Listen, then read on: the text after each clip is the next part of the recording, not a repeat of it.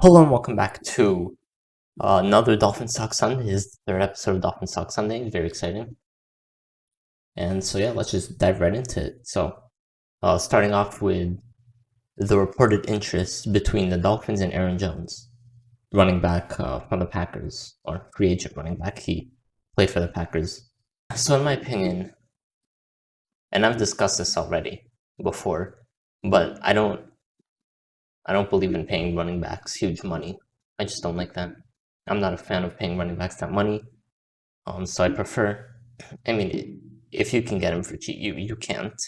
Obviously, it's not going to happen. You're not going to be able to get him for cheap. He's going to demand top money. But if you can get a top running back for cheap, that's great.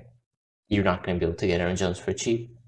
So I'd rather draft running back and use my cap space somewhere else in other positions that aren't as easy to find, as long as you commit to finding it, right? You can't just wait till the 7th round and take a running back and expect them to be great, every time. If you take a guy like Najee Harris or Javonte Williams, or Travis Etienne in the 2nd round, then that could be your solution. Now, maybe the Dolphins want to grab Aaron Jones and take a running back in the 2nd round. Who knows? I don't know what their plan is. Would it be opposed to it? Of course not. Of course not. I'm not going to be angry. I'm not going to be mad if they sign Aaron Jones because he's a great player. But I just think those resources, that cap space, can be used elsewhere. And I would use it elsewhere. I would prefer to go after someone else I'm going to discuss in this episode. Because something came out about him too. But yeah, I just don't think Aaron Jones spending that money on a running back is a move. I mean, unless they're Derrick Henry. If you're Derrick Henry, then yeah, you can get paid like that as a running back. But Aaron Jones isn't Derrick Henry. So, not as big of a fan of spending that money on him. But again, I wouldn't hate it because he's a great player and he would help the team, of course. Of course, he would help the team. And then maybe they don't want to draft another running back and they spend that pick on someone else on a different position. Now, me personally, if we do sign Aaron Jones, I would still draft a running back in the 2nd round. Aaron Jones has been hurt before. And also, it doesn't hurt to have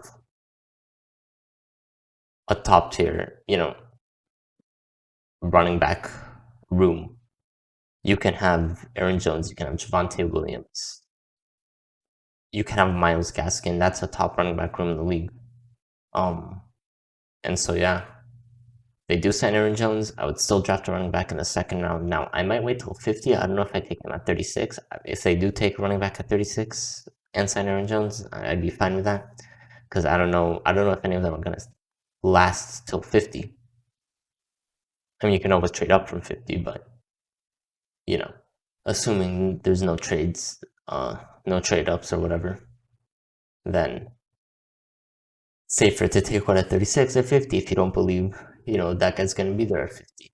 So it all depends on what the Dolphins want to do. But there is interest between the Dolphins and Aaron Jones. That we know. So yeah, that's it for that story. Now, another thing that came out is that Tony Pauline, I believe, reported that the Dolphins, if Jamar Chase is available at number 3, which he very, very likely will be. I don't see Jamar Chase going 1 or 2, right? Definitely not 1. There's only one guy that's going number 1, and we all know who it is, Trevor Lawrence. 2, I don't see the Jets taking a receiver at 2. And I don't see, if they trade down, I don't see whoever trades up for the 2nd pick taking a receiver. It's not going to happen, right? You traded for a quarterback.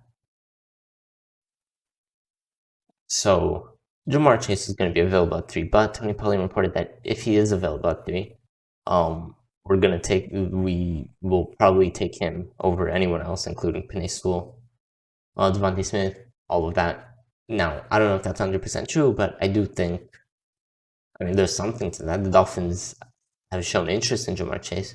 Right, I think that's what it means, that they've shown interest in Jamar Chase. And first of all, I think that's great. I think Jamar Chase is the best receiver in the draft. I don't know. Um, I'm kind of conflicted between him and Devontae Smith. I still think Chase, that sophomore season he had was really impressive. Like really, really impressive. He was incredible. So was Devontae. He won the Heisman, obviously. So I don't think you can really go wrong here. Jalen Waddle. And Jalen Waddle was the guy I wanted originally before the injury. And all that. And also, I didn't expect us to be picking high enough to have a chance with Jamar Chase, to be honest. And this was before Devontae Smith, really went on the Heisman tear, because it was before Waddle got injured. So he didn't really have the opportunity to cement himself in that Heisman race. And so he wasn't looked at as that top, as the guy that could go in the top 10. He was more of a guy because, this was back when it looked like we were going to make the playoffs, before the Denver game. When we looked at the schedule and we saw, oh, the next 4 games, we should win all of these. We should be 9-3 after these 4 games. Should be. Then we lost the Denver game, but before the Denver game, it looked very likely we were gonna have a great season and make the playoffs. So I was expecting, maybe we take Devontae with our own pick that's in the 20s. Obviously, he wanted to win the Heisman. Waddle got injured. Jamar Chase is still Jamar Chase. Didn't play this past year, but we all know what he did sophomore year, so he was going high no matter what. But what this tells me, this report, is that the Dolphins are aware that they need to get a receiver, that they need playmakers. Not just one receiver, they need multiple receivers. They need playmakers all around. The interest in Aaron Jones, too. That's another thing. Even if I don't like paying running backs good money, at least they're trying to surround or trying to put playmakers on offense. That's a good thing, right? At least they're aware of it. It could be worse. They could just not be aware of the fact that they need playmakers. They could just go draft all defense for some reason and just leave the offense terrible. Which, Brian Flores is a Belichick guy, like from the Belichick tree. That seems to be Belichick's MO, not helping your quarterback. So hopefully I'm right in my speculation about this and what I think this means. I really hope I'm right, because I want playmakers. We need playmakers more than we need defense, right? We need those playmakers. Please give to us some playmakers. Give the offense playmakers. We need it bad, and then we'll be a top team. Then we can actually compete for Super Bowls, because we're not going to win a Super Bowl with defense. I'm sorry. I mean, maybe you win the individual Super Bowl, like the actual game, by playing great defense, but you're not going to dominate. You're not going to be the best team throughout a season just off defense, unless it's maybe even not if it's historically great. Maybe that's the NFL has changed too much for that to even really be able to carry you to a Super Bowl. But anyways, playmakers, Dolphins are interested in that. That's a good thing. At least I think this means they're interested in them. And if it does, then it's a great thing. Now, finally, the guy I mentioned earlier, when I was saying a report came out about him in free agency and how I would want him.